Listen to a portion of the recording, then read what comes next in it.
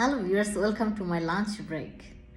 আজকে হচ্ছে আমি তেমন কিছুই খাচ্ছি না, খাচ্ছি শুধু কেক, ফ্রুটস কেক এবং আছে স্ট্রবেরি, এবং এখানে আছে পানি স্ট্রবেরি ধোয়ার জন্যে, অ্যান্ড মাই কফি।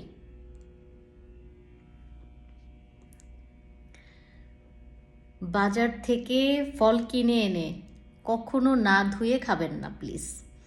আমি অনেককে দেখেছি যে আঙুর, স্ট্রবেরি বা ছোট ছোট যেসব ফ্রুটস, ব্লুবেরিজ, ব্ল্যাকবেরিজ, অনেকেই হচ্ছে এগুলো ধুয়ে নেন না, না ধুয়েই হচ্ছে পটাপট পটাপট খেয়ে ফেলেন। এটা একেবারেই উচিত না। আপনি ধুয়ে দেখুন যে কি ময়লা বের হয়। এই যে স্ট্রবেরিগুলো দেখছেন একেবারে ফ্রেশ, একেবারে ফ্রেশ, মানে যারা আপনারা না ধুয়ে খেয়ে ফেলেন তাদের জন্য মানে রেডি টু ইট,